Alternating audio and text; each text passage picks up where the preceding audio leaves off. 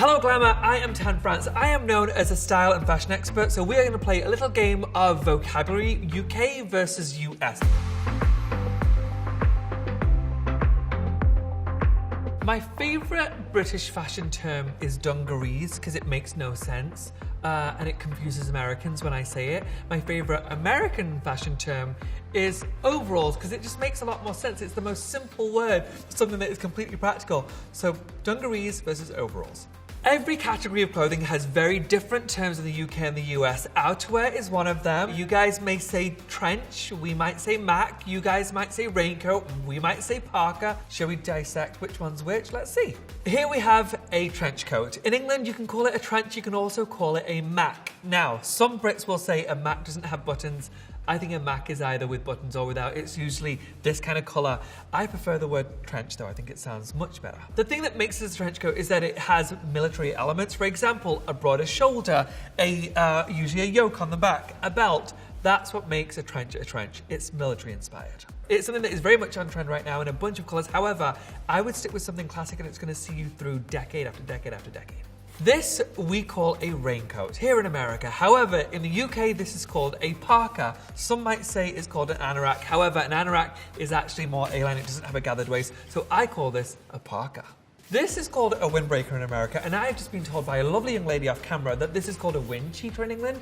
This person has clearly never been to England, so we don't call it a wind cheater. This is a windbreaker. Let me explain why. It has a fabric that literally breaks the wind, stops the wind, so it can't go through, it can't penetrate you. And so that's why we call it a windbreaker.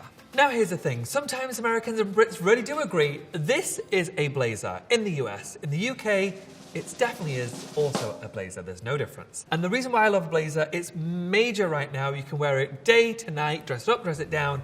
I love this kind of blazer because it really is universal. Like, you can wear it at the age of 18, 35, 45, 55, 65, doesn't matter what your size, like this is gonna look gorgeous on every one of you, male or female. This is a pinstripe, which is also universal. England, America, anywhere else, this is a pinstripe. What is also universal is that this has a peak collar, which means this peaks up. It's a peak lapel, actually, if you really want to know the real. So this is a peak lapel. Everything else about it is very much standard US, UK. If you are wanting to be cool and chill, I would suggest wearing it with a pair of jeans, a t-shirt, even a little mini skirt with a pair of sneakers, you're good to go. Or if you want to dress it up in the evening, wear it with a dress, put it over a cute little dress, a little heel, and you're good to go. In the US, when you check your coat, when you enter a restaurant, club, whatever, you would leave it in a coat check. In the UK, we leave it in a cloak room. Apparently people were wearing a lot of cloaks back in the day and it really stuck. So a cloak room versus coat check. Again, America, it makes more sense. Here we have what they call in America a circle scarf or an infinity scarf. However, in the UK, this was often referred to as a snood. I don't love the word snood, it sounds very peculiar, and so I'm gonna say, let's change it to simply infinity or circle. It makes more sense. Come on, England, get it together. Okay, let's move on to what is under our outerwear, shirt. So in England, this is called a shirt, simply a shirt, which means something that is either buttoned up or buttoned down. In America, you guys would call this a button up, because shirt is just generic for all things that you would wear under a jacket, which is bizarre. I like to be specific. Difference between a button up versus button down. So yes, you can call this a button up or a button down technically. However, if we're gonna be really correct, a button down is when the collar buttons down on the actual shirt itself. The rest of it is just a button up. So England, shirt. America, button up. Okay everyone, in America, I know that you call this a sweater, and I've started calling it a sweater too. However, in the UK, this is called a jumper. Do I know why? No, it makes no sense. It also makes no sense that it's called a sweater, but there you have it.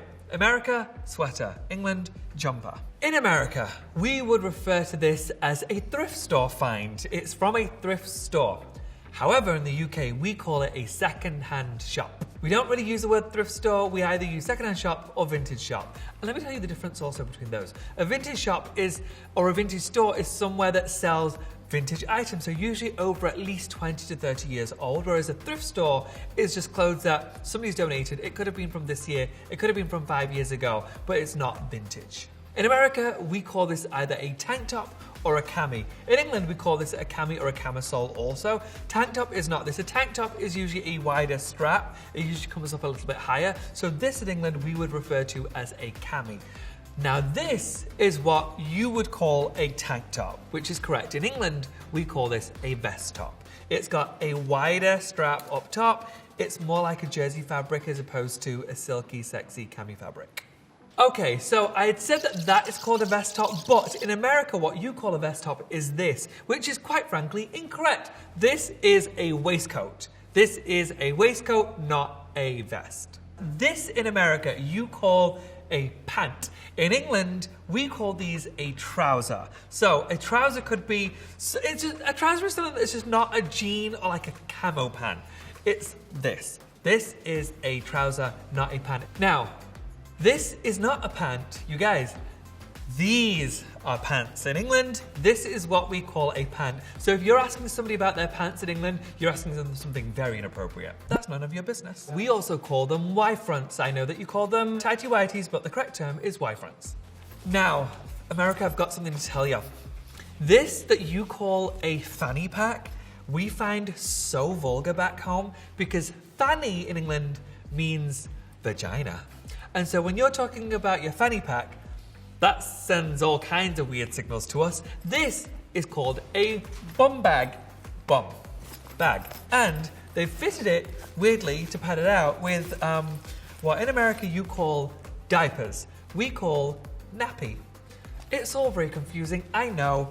You guys are usually right in the US. So, fanny pack, not bum bag. All right, kids, we're almost to the end of our outfit. Here we go with our final item, what we're wearing on our feet. You guys call rain boots in America, I think. We call them wellies or galoshes. Now, normally a wellie is a little bit taller, but whatever footwear you're wearing to protect yourself from the rain, which is usually completely rainproof, is called a wellie or galosh. You guys call them rain boots. Probably makes more sense. And then if you were to get caught out in the rain, don't forget to grab your brolly. In America, you call it umbrella. In England, we call it a brolly. Ask me why? Don't know. Don't have all the answers. Google it. Thank you so much, Glamour. Sure do appreciate you. Bye. Thank you for watching.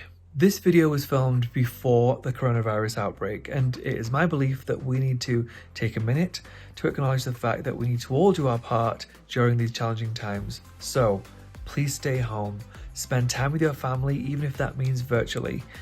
Together, we will get through this. Thanks.